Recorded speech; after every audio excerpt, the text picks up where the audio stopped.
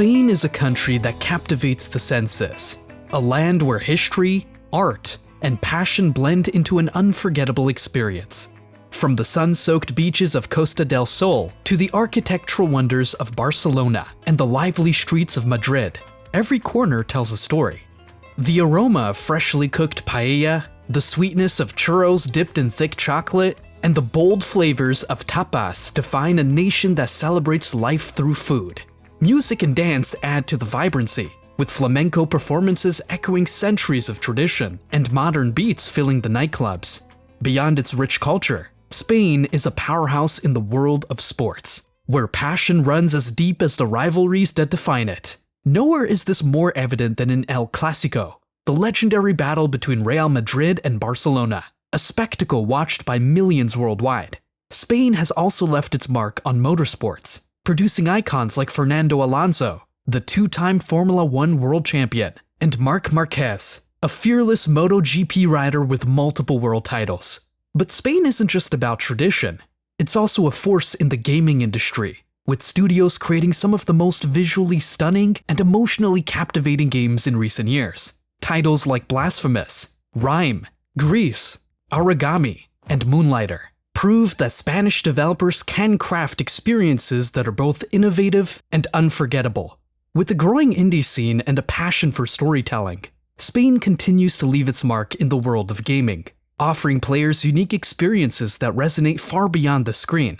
One such studio that embodies this passion is Digital Sun. The studio was founded by Javier Jimenez, an enterprise software entrepreneur and lifelong gamer who decided that he wanted to work in an industry he was truly passionate about. He did that by creating Digital Sun in 2013. Although neither he nor his employees had any prior experience in game development or navigating the complexities of that world when they started. All they possessed was a burning passion for games and a deep desire to eventually be able to create their own. With no experience to speak of, Digital Sun started off as a guns-for-hire studio, making games for others while acquiring the knowledge and skills they needed along the way. Every day, they became a little better, a little more confident, and a little closer to their ultimate goal. For comparison, Moonlighter follows Will, an intrepid amateur hero who keeps the family business afloat by day by running the titular shop and ventures into the mysterious dungeons of Rhinoka Village by night to fight monsters and collect loot to sell back at the store. Players guide Will on his dungeon-crawling roguelike shopkeeping adventure, while crafting equipment upgrades, gaining knowledge, and becoming more like a hero with each passing day. Not only does Moonlighter's core concept reflect Digital Sun's own struggles and subsequent rise to greatness, but it's also an idea that is just as fascinating now as it was when it was presented to the world back in 2016. The first 3 years of Digital Sun were spent honing their craft, expanding their skills, and refining their creative vision. During this time, while they continued to work on projects for other clients, the studio was also developing its own game prototypes, laying the groundwork for future success. One of those side projects that occupied the time between the work that paid their bills was Moonlighter. At some point in 2015, the Moonlighter team came to a crossroads. They knew they had something special, but they didn't have the means to fully realize it. Whether it was the relatability of the concept or how engrossing the unlikely blend of mechanics was, they decided to make the leap. More effort was put into the prototype as features and mechanics were fleshed out and expanded, and then the Kickstarter was launched in May of the following year. The Kickstarter page for Moonlighter did an excellent job of showcasing the game's vision. Digital Sun spared no detail, packing the page with everything from lore and sketches to screenshots, character animations, tech trees, maps, you name it, they included it. The passion and dedication behind the project were evident in every aspect of the campaign. Adding a personal touch, a few key team members had their photos transformed into pixel art, and these playful portraits, alongside a brief description, were prominently featured on the Kickstarter page, further highlighting the creativity and enthusiasm driving the project.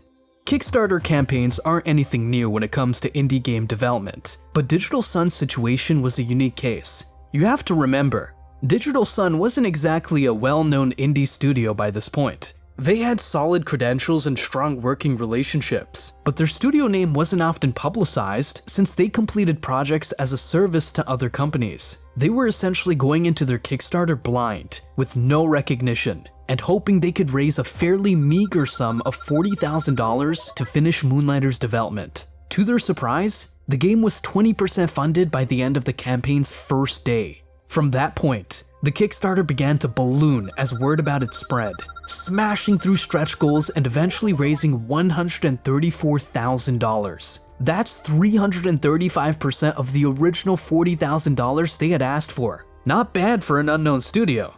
As excitement around Moonlighter grew, the team decided to have some fun and release a small side project, Kill Will. Originally an inside joke among the developers, it was a simple minigame where players could unleash chaos on the village of Renoka, racking up a high score by running over villagers. It started as a playful experiment, but quickly turned into a way for the team to engage with their growing community. Digital Sun made Kill Will available for free on itch.io, offering backers a quirky little bonus while they waited for Moonlighter to take shape. With plenty of money in their coffers and an energized team of 6 devs who believed in their work, full development on Moonlighter began.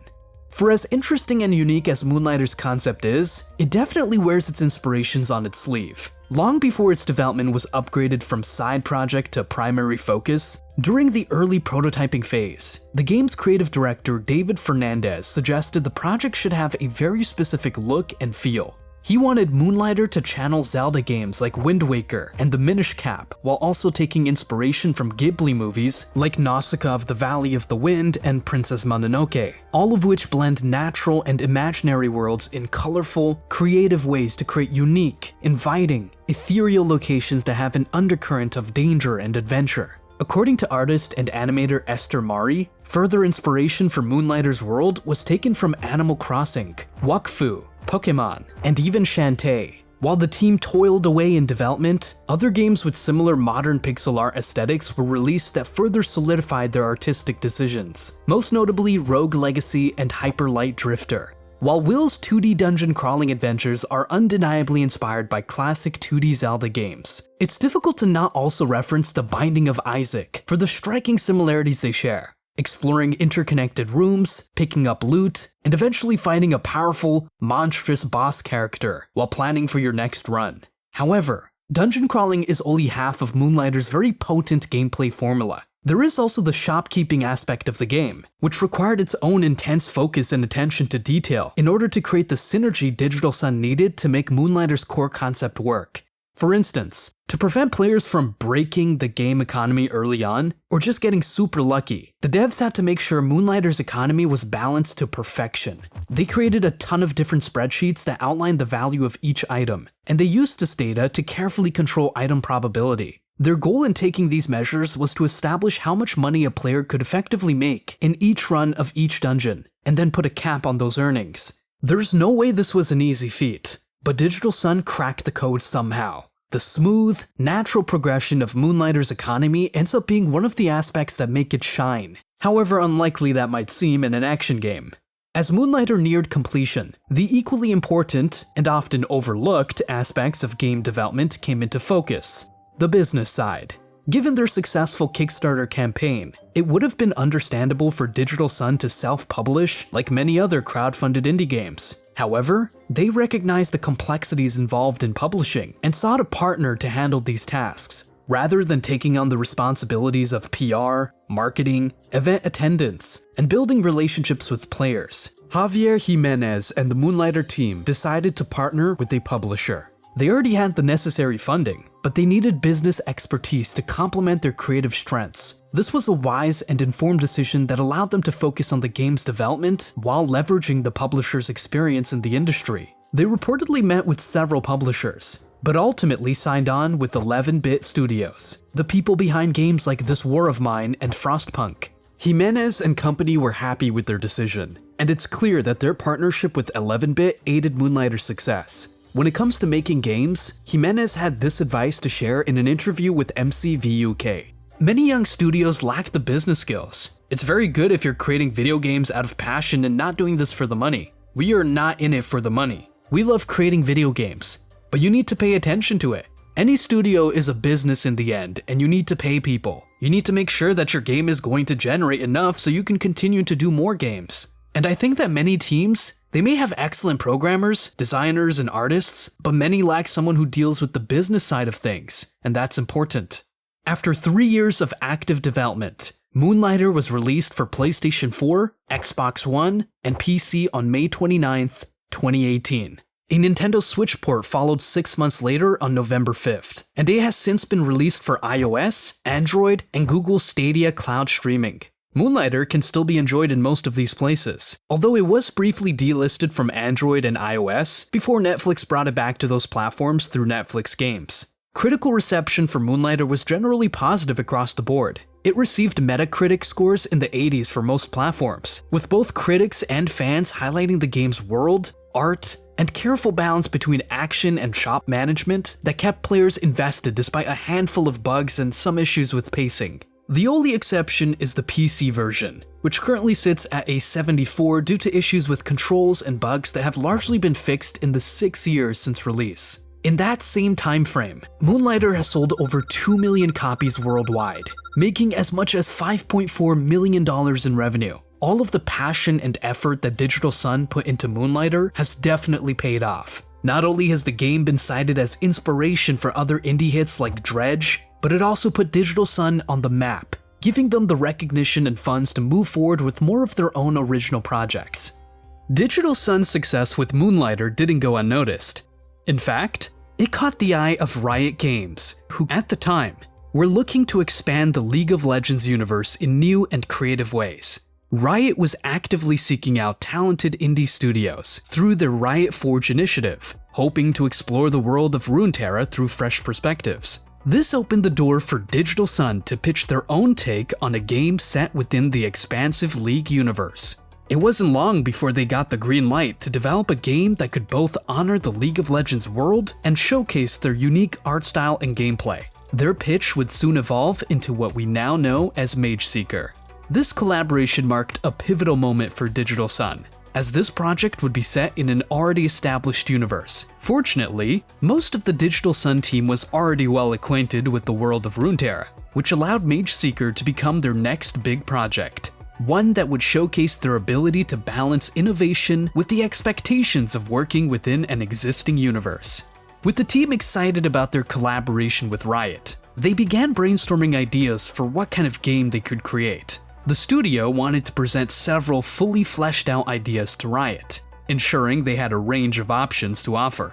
One of those pitches involved a character who could copy abilities from other champions. It seemed like a perfect fit for a game about Sylas, right? A champion known for sensing and copying the magic abilities of those around him.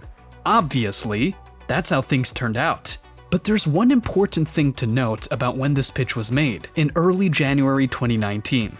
Nobody outside of Riot knew he existed yet. Sylas was still in development, and 3 weeks away from his PBE announcement at the time of the pitch. When the Riot representatives, including Riot Forge creative director Rowan Parker, heard this pitch, they were shocked by how perfectly it matched a character the public wasn't even aware of yet. A few weeks after the initial pitch, Sylas was officially revealed, and Rowan sent the Digital Sun team all the information they would need. From there, everything began falling into place. It was incredible how similar the new character lined up with Digital Sun's concept. There is even a running joke between Riot and Digital Sun that Sylas was created in the 3 weeks between their call and the character's announcement. A hilarious notion given that champions can take as long as 8 months to develop. All jokes aside, the way Digital Sun's pitch lined up with what Sylas was shaping up to be really did seem like fate. And it's hard to argue with that. With both Riot and Digital Sun in agreement, the Mageseeker entered development at Digital Sun in late February 2019 under the codename Starblitz. While Sylas's abilities fit perfectly in line with what Digital Sun intended to create for their game, his lore and the circumstances around his story are, let's say, not typical of an action RPG protagonist. Sylas is not a hero. He's a complicated, conflicted character. A man who doesn't always take the high road and often manipulates people to achieve his own ends. Not exactly the kind of person most players would want to follow throughout the length of a game. Of course, Sylas has his reasons for being the way he is, and over time, his character is evolved through various stories. However, the version of Silas that Digital Sun had to work with was his earliest incarnation, a dangerous revolutionary. Working with a beloved IP like League of Legends and a passionate fanbase, creating a unique narrative, making players care for your characters, while staying faithful to the established lore is no easy feat. At first, Digital Sun worried they were centering their game on a villain, but upon reflection, they recognized that Silas fit the mold of an anti-hero, similar to Deadpool or Wolverine, which allowed them to shape a deeper, more intricate story with Rowan's support. To further anchor the game within the League of Legends universe, iconic champions like Garen, Lux, Jarvan, and Morgana make appearances. To create a more cohesive narrative, Riot Forge brought in its team of writers to craft in-game notes that players could find, tying the story together even more cohesively. With the story, champions, and world firmly established, the next challenge for the Mageseeker team was to define the right gameplay mechanics. This presented a significant challenge since the Mageseeker would be a vastly different game compared to Moonlighter. According to Javier Jimenez, he and the team believed Moonlighter became repetitive after a certain point, a common issue in roguelike games, where success depends largely on the strength of the core gameplay loop, but since Mageseeker was going to be a story-driven action RPG, Javier emphasized the importance of ensuring that the game didn't feel repetitive, with new content steadily being unlocked and discovered as the narrative unfolded. Drawing inspiration from pixel art titles like Hyper Light Drifter and Children of Morta, as well as larger games like God of War, it's clear that Digital Sun achieved that goal. Silas, quite literally, carries the God of War influence on his wrists. He wields the chains of his imprisonment as weapons, the same chains that serve as a reminder of the 15 years he spent locked away in a Mageseeker compound. While dark and symbolic, these chains also translated into compelling gameplay mechanics, allowing players to pull themselves toward enemies for close quarters combat. The combat in Mageseeker starts off simple, but in the later stages, when players face larger enemy groups and their countless projectiles, it becomes clear that mobility is key. Dashing around the battlefield or pulling Silas toward enemies is essential to avoid losing large chunks of health. There's a wide variety of enemies, from elemental mages employed by the Mageseekers, who can cast ice shards, heal other enemies, or create damaging wind cyclones, to creature-based enemies like the lava gromps, which can create fields of fire. The game does an excellent job of mixing up enemy arrangements in each level, forcing players to carefully consider which enemies to prioritize. The bosses, though, are one of the Mageseeker's biggest highlights. While some fights allow for flexibility in spell loadouts thanks to Silas's excellent mobility, other encounters encourage players to swap spells for an elemental advantage or to boost survivability. In addition to the main missions, Mageseeker offers two chains of side quests.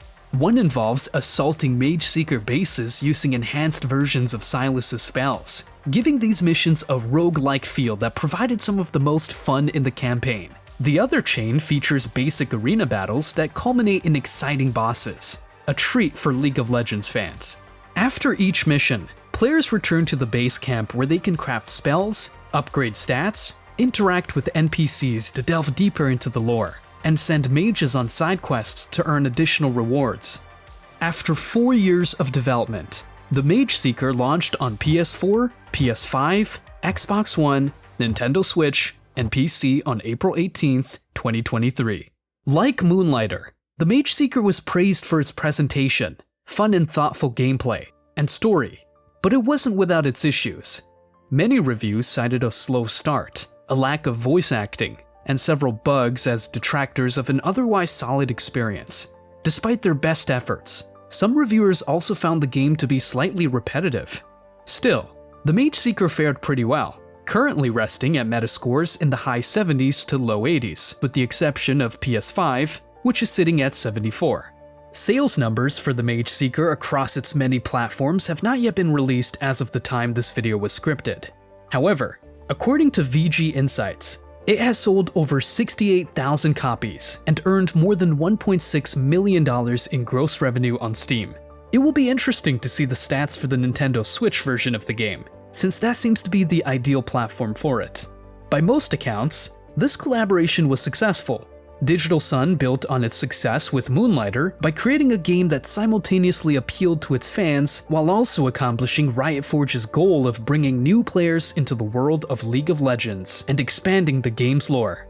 With 2 major titles under its belt, Digital Sun had proven its ability to craft engaging worlds and compelling gameplay. But rather than resting on its achievements, the studio set its sights on something even more ambitious. Cataclismo would be their next big step, an entirely new challenge that aimed to push their creative boundaries further than ever before. At its heart, Cataclismo is parts real-time strategy and parts tower defense. But Digital Sun discovered the way to interweave these 2 segments in such a way that has put their 3rd game in very high regards with critics and fans alike.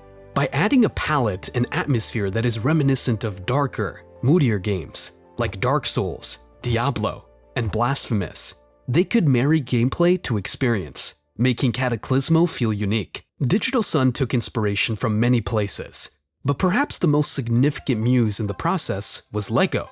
The creative freedom of the incredibly popular toy set a basis for the flow of the game, and what would ultimately grow from there.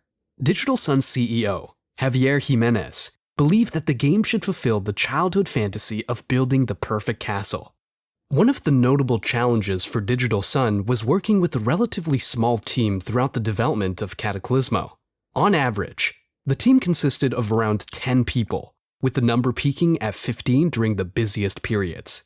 While the team was experienced with Unity as their engine, shifting to 3D introduced new complexities that required careful attention. However, this shift also presented a unique opportunity for Digital Sun to refine the game's art direction, enabling them to craft a detailed world and bring their characters to life exactly as envisioned. One of their other big concerns was the gameplay loop of building and defending. They spent considerable time fine-tuning those aspects of the game. While the game celebrates creativity, there had to be enough substance within the loop to leave players of all skill levels feeling rewarded, and the extended development time allowed the team to achieve that goal. Drawing inspiration from their work on Moonlighter, Digital Sun launched a Kickstarter campaign for Cataclismo. They meticulously designed a visually appealing campaign page to showcase the game's stunning art style. Backer rewards included digital copies of the game, credits acknowledgements, both digital and physical art books, the game's soundtrack on vinyl, and a 15-centimeter statue of Lady Iris, among other items. The initial funding goal was set at €50,000, which they achieved in just over a week. By the campaign's end, they had raised an additional €18,500, including a significant contribution of $2,000 from one backer. One of the biggest challenges Digital Sun faced with Cataclismo was marketing the game effectively. After parting ways with Humble Games, they knew that getting the game in front of as many people as possible would be an uphill battle. The team worked tirelessly to spread the word, attending numerous video game conferences, conventions, and producing game trailers to build hype. For over a year, they operated without a publishing partner. That changed when they partnered with Hooded Horse just a few months before Cataclismo's release on Steam Early Access. Hooded Horse, known for their success in the strategy and simulation genres, was a natural fit for Cataclismo. With titles like Against the Storm, Manor Lords, and Old World in their portfolio, Hooded Horse provided the expertise and reach to help bring the game to a wider audience. One of the key reasons behind the lengthy development time was the team's dedication to creating a diverse range of gameplay experiences. There are 4 main game modes that players can experience. The Early Access campaign features 11 levels and explores the world across 2 biomes. And as development continues, they plan to introduce even more levels and biomes, expanding the world further. There is also a simpler skirmish mode which features 2 different levels and biomes. Survival is Cataclismo's endless mode and gives players new unlocks based on how long they're able to withstand the dreadful creatures that come to wipe their citadel off the map. And finally, the game has a creative mode, which allows players to take their time with their build, instead of worrying about what might be destroyed by the horrors of the world. The only limitation in this mode is the player's imagination, so they're expected to be able to make some truly breathtaking castles. Finally, there's also a level editor. Players can make a level and share it with the world, creating experiences that could completely change the way that the game is played. Digital Sun embraces their community, And while they have said that there are other games hidden in their catalog that they'll be working on, support will be ongoing as they walk the road to a full release. While the game itself was drastically different than the previous 2 Digital Sun games, the art team was led by the same director as Moonlighter and the Mageseeker, David Aguado. The art direction is certainly different, but there are some techniques and stylization that carries through across the developer's previous releases, helping to bridge the gap between legacy and novelty. Inspired by the style of Studio Ghibli films and the dark moodiness of the Dark Souls fantasy setting, Cataclismo has a flair all its own. There is an almost gothic feel to things, and the graphics are bolstered by the atmosphere and mystery of the world. Of course, everything needed to be fine-tuned to allow players to develop their buildings with their own creative flair. Originally, the most effective buildings did not have the most appealing look. Vincent Ramirez, the creative director of the project, states that as development progressed, they had made enough changes so that the most beautiful buildings were also the most effective. Placing decorative elements, such as Merlins, will give additional effects, which can help turn the tide of battle beyond just looking good. Cataclismo's gameplay is articulated across several types of experiences. It's more than just the sum of its parts, but a careful balancing act of all the different components. Players are introduced to the game first by its real-time strategy elements, taking control of just a few characters to learn how to best pit them against enemies. The notion may be simple, but it is accentuated by clever positioning, as the height of the various troops determine their effectiveness in battle. While players will only control a few characters early on, they'll be barking orders at battalions of soldiers in their quest to last one more dark and misty night before long. But troop management is only one part of the real-time strategy puzzle. In order to last against the encroaching darkness, players need to depend on whatever resources are available. This is an integral part of building management, which will help you last until the sun next rises. Of course, no building is as important as your citadel, which is what the horrors from the mist are aiming to destroy. How you build fortifications is important in Cataclismo, and the concept continues to revolve around player choice. While there are certain buildings that are prefabricated, the defensive structures you build are unique and player-controlled. The player ultimately has freedom to choose how to prepare their citadel for the upcoming onslaught. Height is an important aspect of the game here as well, as the higher you build your walls, the stronger they are against the might of the enemy horde. You'll need to consider apertures and balconies for some of your troops, however, recalling that different heights might be more effective. That loops in the final component of the game, the tower defense mechanic. Every night, the horrors will come from different areas of the fog, giving you limited information about what is about to arrive at your doorstep. It's only by balancing what and where your fortifications are with the right troop presence that will see you repel the enemy in order to survive until one more gloomy day. Blending all these elements is sure to evoke comparisons to games like Frostpunk and Floodland with their strategic base building, combined with the real-time strategy resource management reminiscent of Warcraft 3 and Age of Empires. When a developer pours immense effort into ensuring their game is polished to perfection before launch, it's the best way to keep fans both happy and engaged. Digital Sun went above and beyond to transform what could have been an average release into something truly exceptional. They pushed the boundaries, refining every detail to elevate Cataclismo into a masterpiece. So, what's next for Digital Sun? Well, the studio is working hard to bring Cataclismo to its full release. With all the care and dedication they've poured into the project, expectations are high, and fans are eagerly waiting to see the final version. Digital Sun has already showcased impressive gameplay and mechanics, but as always, they remain committed to refining every detail before launch. But Cataclismo isn't the only thing on the horizon.